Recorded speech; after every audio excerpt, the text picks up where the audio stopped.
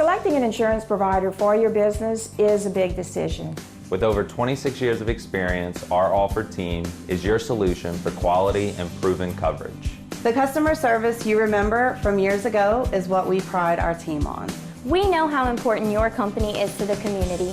From small businesses to large businesses, Alford & Associates can manage your insurance. It's our job. Alford & Associates, benefiting your employees and protecting your business.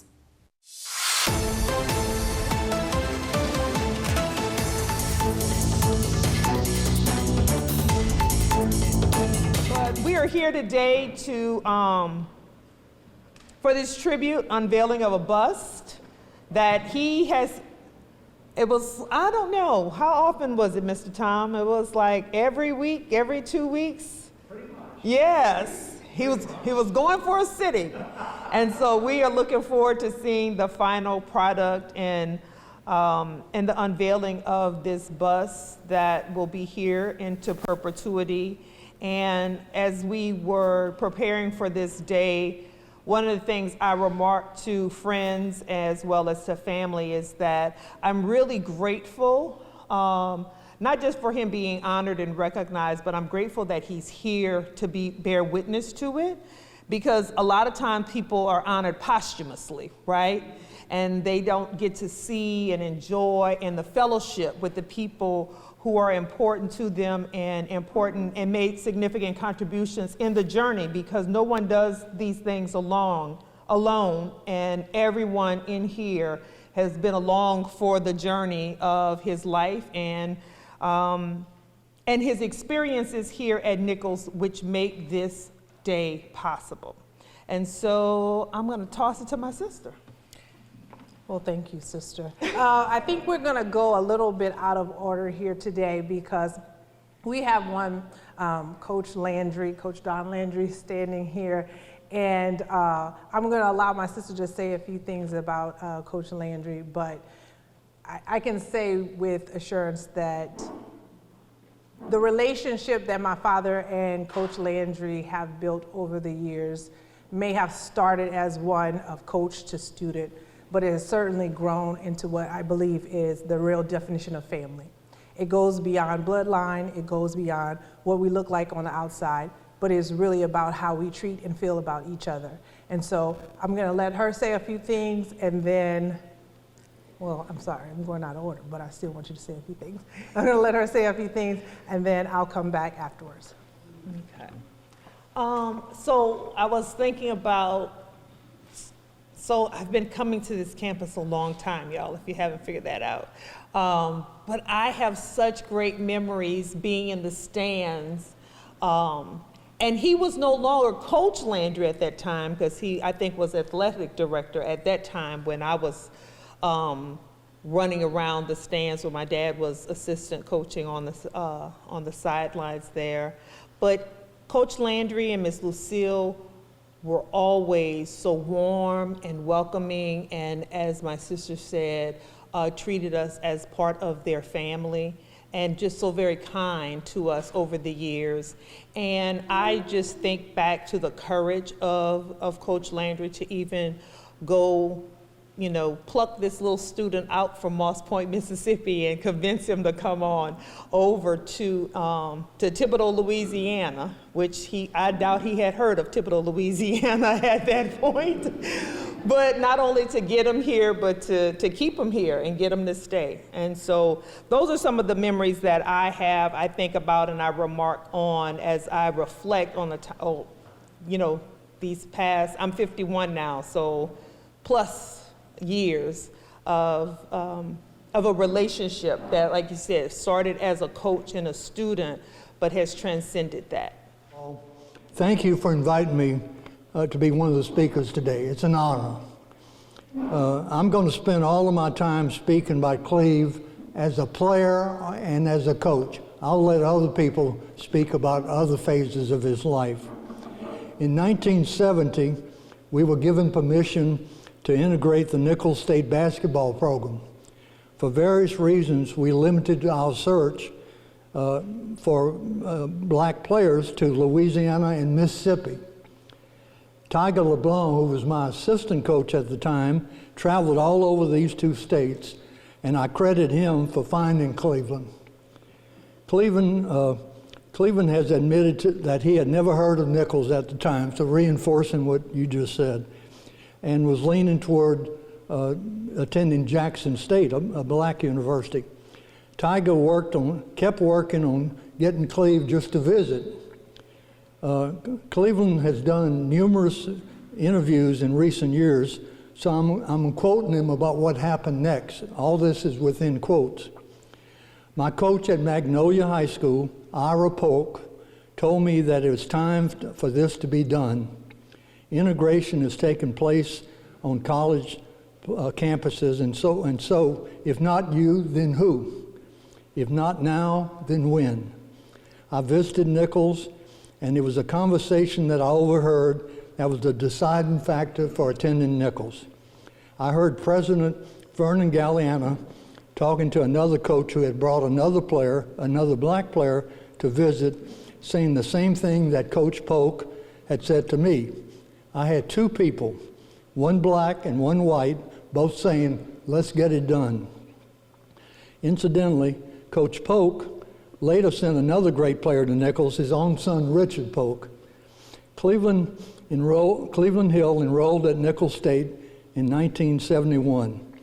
In the next 4 years, he became the most honored basketball player in Nicholls history. Let me tell you about some of his accomplishments. As a freshman, he started about half the games. In his sophomore year, he became a star.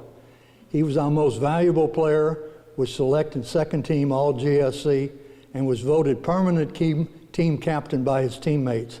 He was the first non-senior to win this honor. In his junior year, Cleveland was selected MVP and captain. This time he was voted first team All GSC. His senior season was the greatest season in Colonel history up at that time. He became the top scorer and rebounder in school's history. He was named All GSC, All Louisiana, and honorable mention All-American. Nicholls had a 16-9 record, the best record ever at that time. The first national ranking, the first NAIA playoff, including an upset victory over a favored Grambling squad. He became the first Colonel player to be drafted into the pro basketball. The Kentucky Colonels of the ABA and the Seattle Supersonics of the NBA drafted him. After graduating from Nicholls, Cleveland joined the Army, where his basketball career continued. And he was a member of the All-Army team and played all over the world. Following his Army career, he returned to Nicholls State to get his teaching certificate. He joined our coaching staff with the primary duty of working with our big men. I believe that Shelby Hippolyte and the 1975-76 team had the greatest season in Colonel history, when we had a 22-4 record, while Shelby was the GSC's most valuable player. No doubt, Cleveland Hill was a major factor in this success.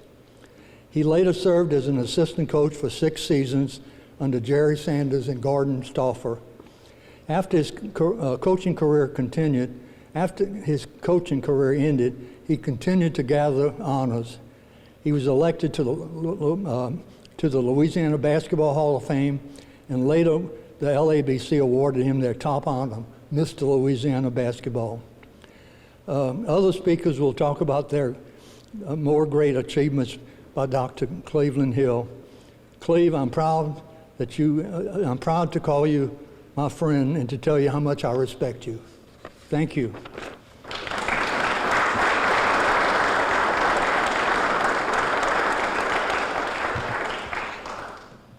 All right, I'm not as good of an off-the-cuff speaker as my sister is, so I write things down.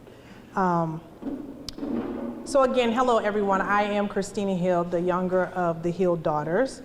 And one of my favorite scriptures is Proverbs 18:16. And in the King James Version, it reads, "A man's gift maketh room for him, and bringeth him before great men."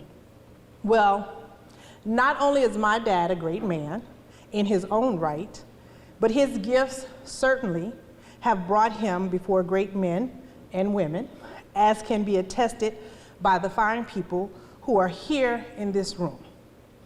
And one that I am honored to bring to the mic now is Mr. Jonathan Terrell. He's Vice President of Collegiate Athletics and Athletic Director here at Nicholls State University.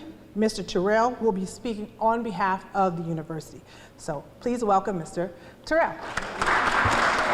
I first want to say thank you, Coach.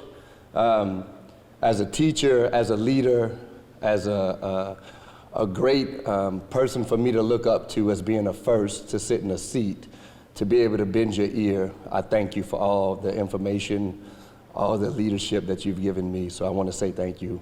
I appreciate you.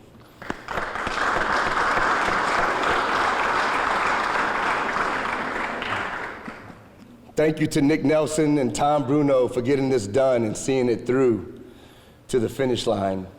I want to say thank you both for doing that. Thanks, Nick. Thanks, Bruno.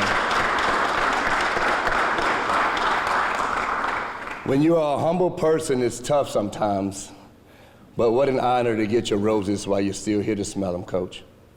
It's an honor to stand before you today as we gather to celebrate and commemorate a trailblazer, a pioneer and a legend, Dr. Cleveland Hill.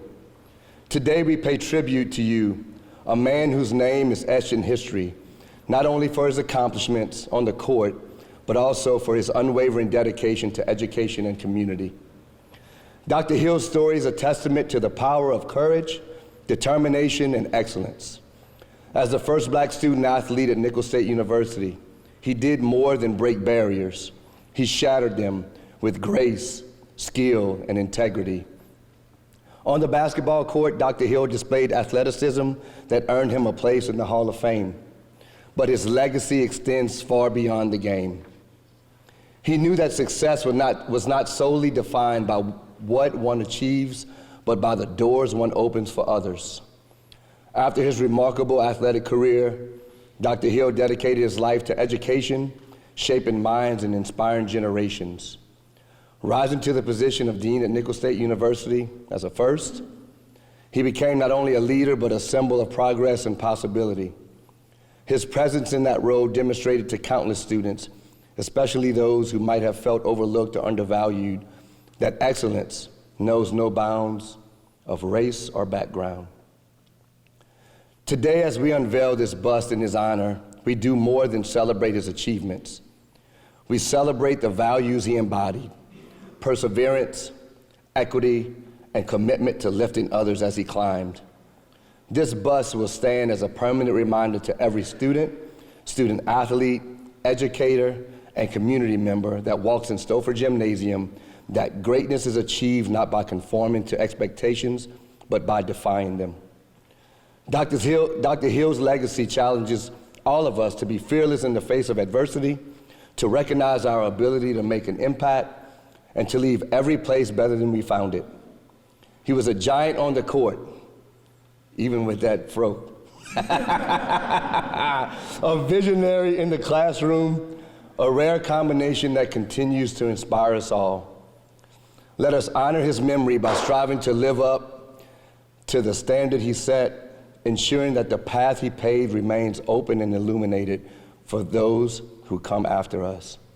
Thank you, Dr. Hill, for showing us what it means to lead with courage, compassion, and conviction. Thank you. Congratulations.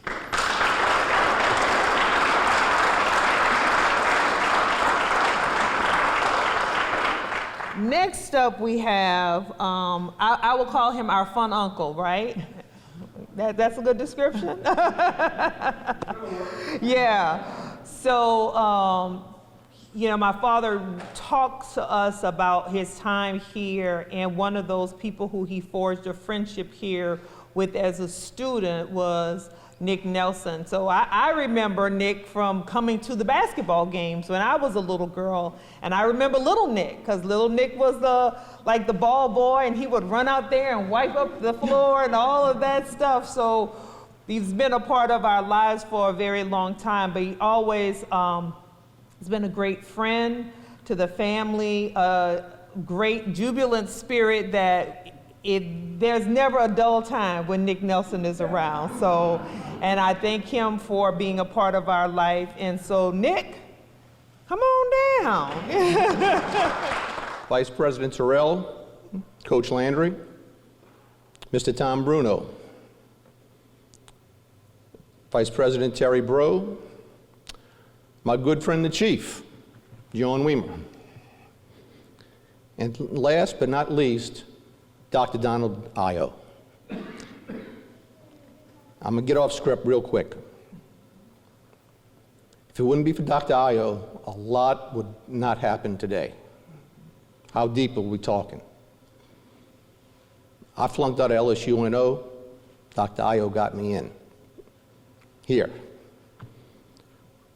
I graduated, met Cleve, met John,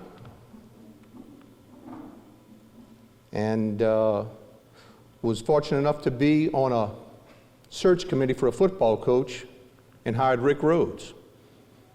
A lot of y'all may not remember Rick, but y'all should, because he recruited JT. So you never know how the dominoes in life are going to fall.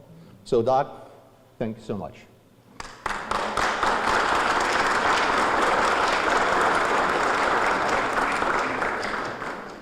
So other people we need to recognize is certainly Demetria, Christina, and Lois, and of course, Cleveland. As we honor Dr. Hill's special recognition, we must also give thanks to our president, Dr. Jay Clune, and Vice President Athletic Director, Jonathan Terrell. Without their foresight, hindsight, input, direction, this would not have happened. Now, during this brief conversation with y'all, I may make reference to Dr. Hill with a number of names, certainly none out of disrespect. When we first met, it was Cleve or Cleveland, Obi, Big O, just O. To his teammates, captain, then coach, then Dr. Hill, to be followed by Dean Hill. I don't know what your Army rank was, but I would not be surprised if it wasn't General.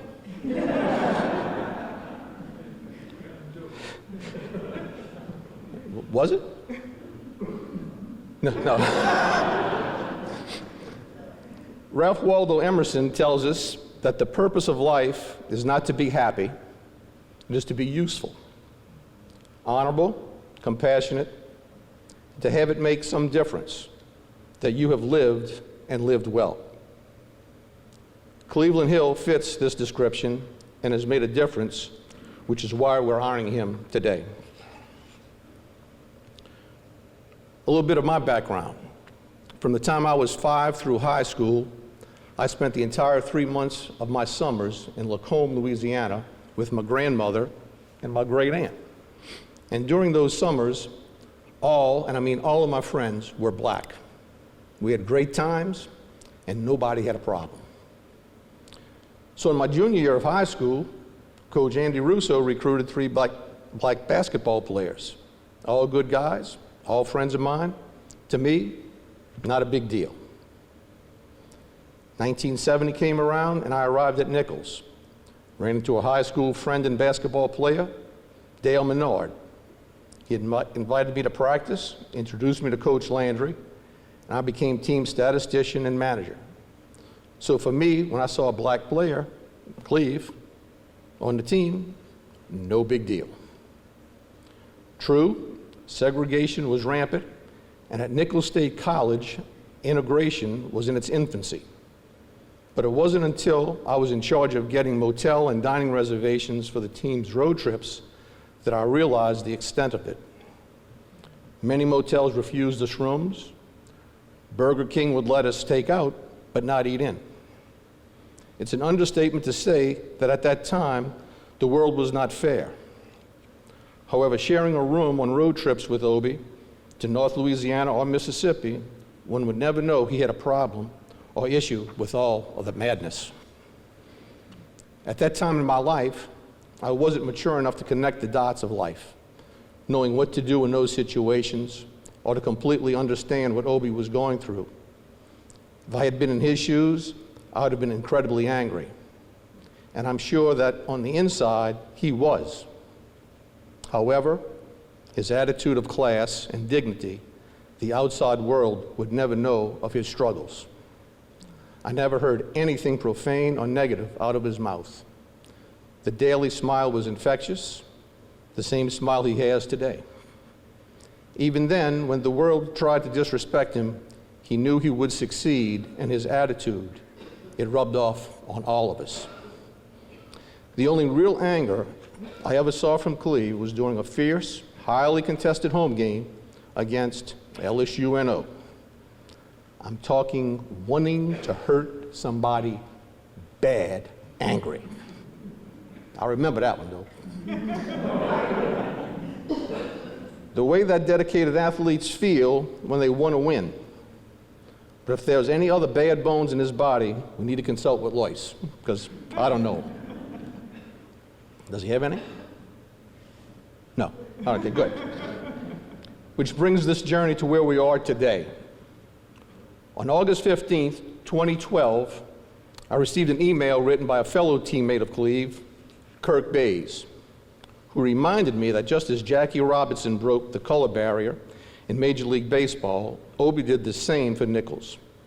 Integrity, professionalism, Christianity, humility guided him through a paramount of racism and prejudice at that time. We had personally witnessed.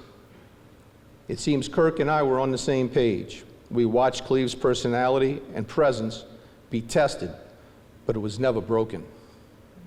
He became influential in the college becoming a university, not fighting or seeking revenge, but by continuing to use tolerance and determination to achieve his goals. His accomplishments have gone far beyond athletics. His academic accomplishments include undergraduate degree, master degree, PhD, and department dean, with most received after his military service. And everywhere he went, he successfully opened doors for all. Diversity at Nicholls was new when Cleve started, here and has grown since. And every current student and alumni has benefited by his sacrifices and discipline. Because of his massive contributions, we realized the naming of a building for Obi just wasn't enough. A building can be ugly in the eyes of the beholder and tends to get weathered over time. It's impersonal, whereas this piece of art will forever represent opportunity for everyone who enters these doors. It is reserved for none and available to all. It will be an inspiration regardless of color, creed, gender, philosophy, religion, or destination. Our hope is that it will ignite the desire for a successful future given by those who paved the way, that those who see it be determined to make their future as bright and successful as Dr. Hill has been. It will be a symbol of the unlimited future available to all who strive for the best and are determined to reach the height of their potential, despite any obstacle or setback. Dr. Obi Cleveland Hill, a true student athlete.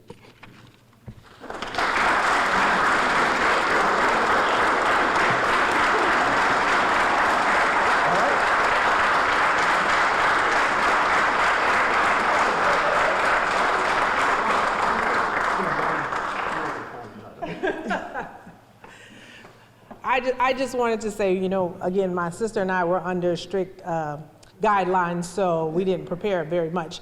But I did want to thank you publicly, Mr. Nick, for being a great friend to my father.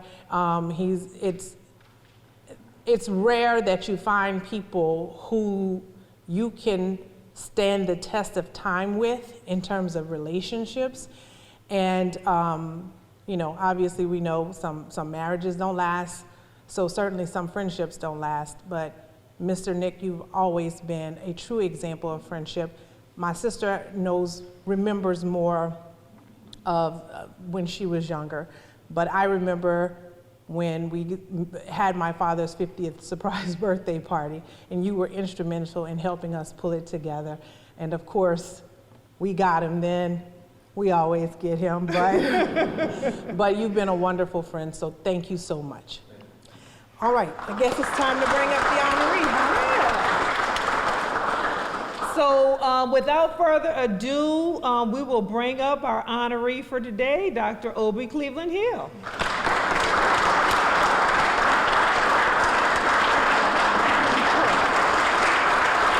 I do want to thank each and every one of you for being here to share this honor with me and my family. In the past, some of you have been at another dedication, and I noted that much of my successes that I've had in my career, they are the result of the great support that I've had over the years. And today is no different. I acknowledge that a lot of my successes are because of the tremendous support that others have given me over the years. I've had several different career paths, and I've touched people in several different areas during those career paths.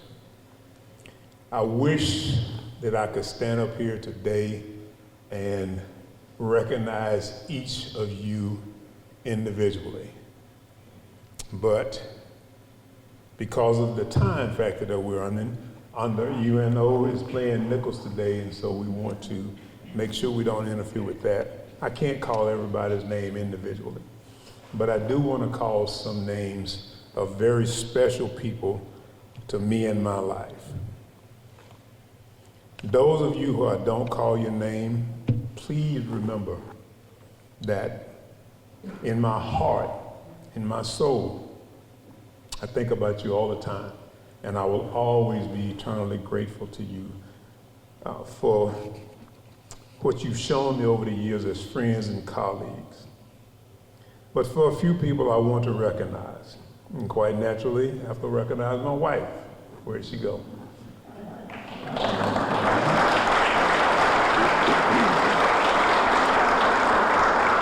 And my daughters, and then my son-in-law, and my son-in-law to be,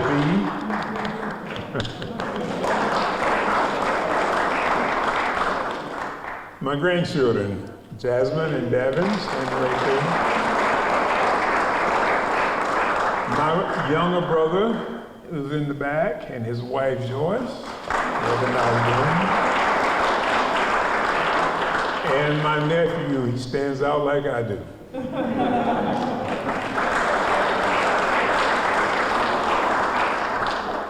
I also want to recognize my University of Holy Cross colleagues and friends. Y'all give a little wave where you are.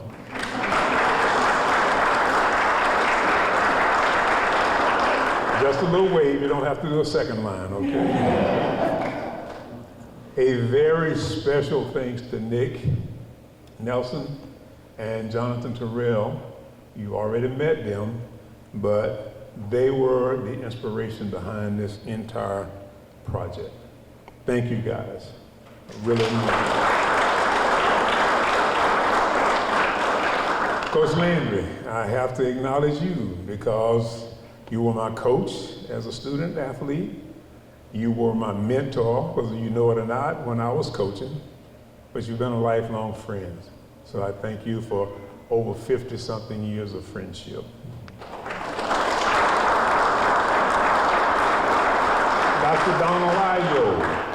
Dr. Ayo is the former president of Nicholls, and I have to admit, you know, he downplays it all the time, but I have to tell him that many of the successes and job opportunities I've had at this university and elsewhere is because of Dr. Ayo. And I just have to say thank you, Dr. Ayo, not only for the opportunities that you provided, but for believing in me and my abilities probably before I did.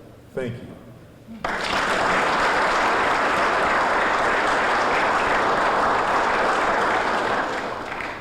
Because I've had so much support in all the positions I've had or held over the years, I often have difficulty accepting honors of any kind. And too often that question comes to my mind, why me? Why am I being recognized? I have achieved nothing without the support of others. Why aren't they being recognized? Well, over the last couple of years, along came Tom Bruno. Wave your hand there, Tom.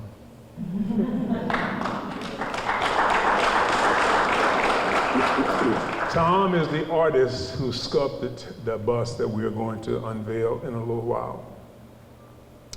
Tom and I, during the course of probably a year or more in sitting for the bust, had many conversations. We talked about religion, we talked about politics, we talked about art, we talked about education, and everything in between. On one of those occasions, I was lamenting about what I just told you. Why am I being recognized?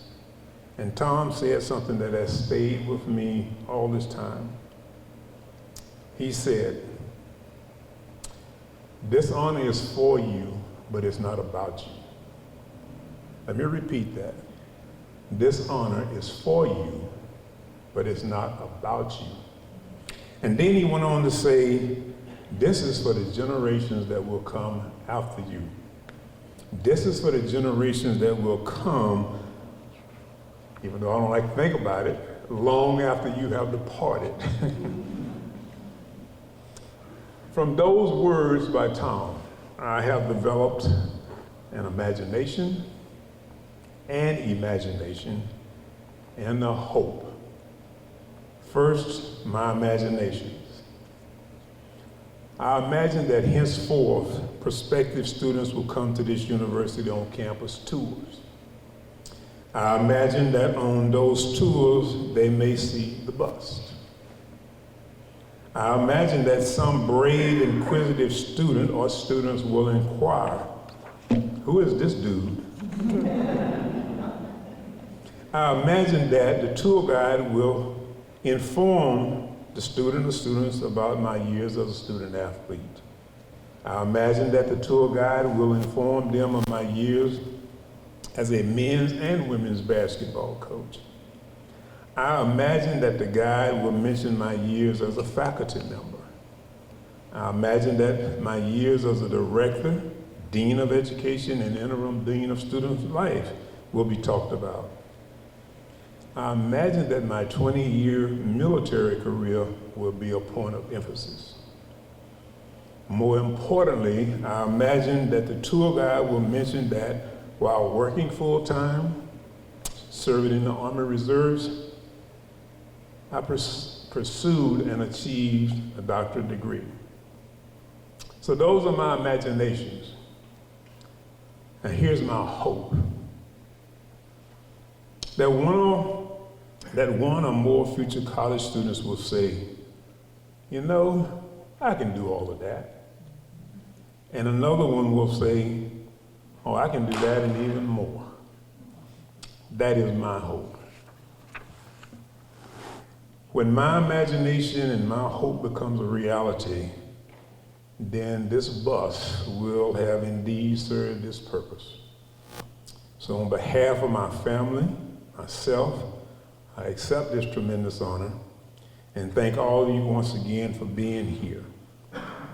You all are deeply, deeply appreciated. Thank you. We are going to transition so we can actually see and unveil this work of art that we're all very excited. If you know the process of doing this type of sculpture, it's a long process from the molding and the casting and all of the sculpting. It's a long and a lengthy process. So we're all very excited to see the unveiling. It is going to be over at the gym in Stoford Gymnasium. And so we're going to transition from this space over to that space and actually unveil. So thank you all for coming to the reception, and we will have, Yeah, we'll do the actual unveiling, and Mr. Bruno, you'll have an opportunity to walk us through your creative process as well once we're over there. So thank you all. We look forward to seeing you over at Stouffer Gymnasium. We wanted to invite Mr. Bruno. Well, all I would say is thank you very much. I am so honored to be a part of this, and God bless Cleveland for putting up with me for a whole year. The poor man wanted to jump out of his seat, but I said, no, Cleveland, when I finished. We've got at least 6 more months. Anyway, thank you all for allowing me to do this. This is the most wonderful thing. This is the best part about being a sculptor. Thank you very much. All right, thank you. Just pull. That's what he said, just pull the ribbon.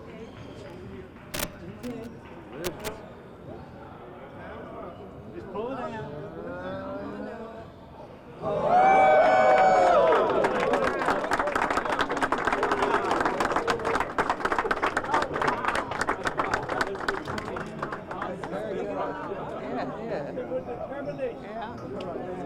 And it looks like him.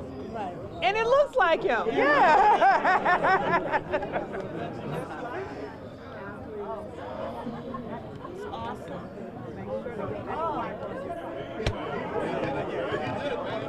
I kept asking myself, why me? And this guy helped me, well, he put things in a new perspective for me. It's not about me. It's for me, but it's not about me. For generations to come. And so if generations of future students come by here and it means something to them to come to this university, then that will be the greatest benefit. Thank you, Cleveland. So just to add to that thought, the idea being that we're creating these pieces of art, we're creating these monuments in order to inspire the youth, that these objects would be noticed by future generations. They would ask, inquire, and hopefully be inspired by the experiences of their ancestors. This piece took about a year, 14 months. Cleve would come and sit, and we would have wonderful, lively conversations.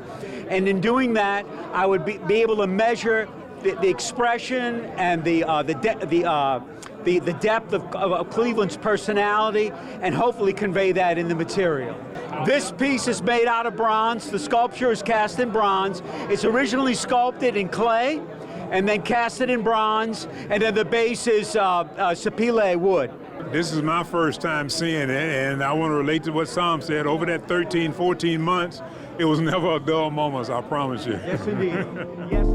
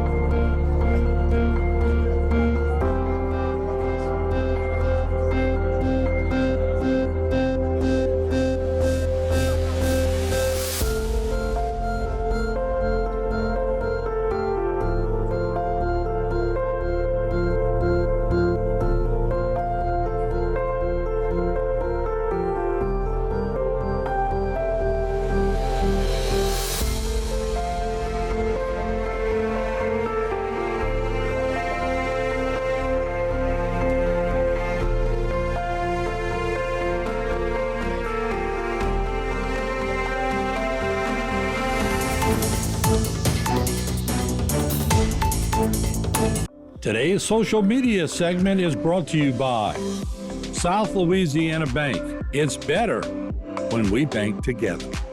Waits and Downer, attorneys at law. Terrebonne Ford, built Ford tough.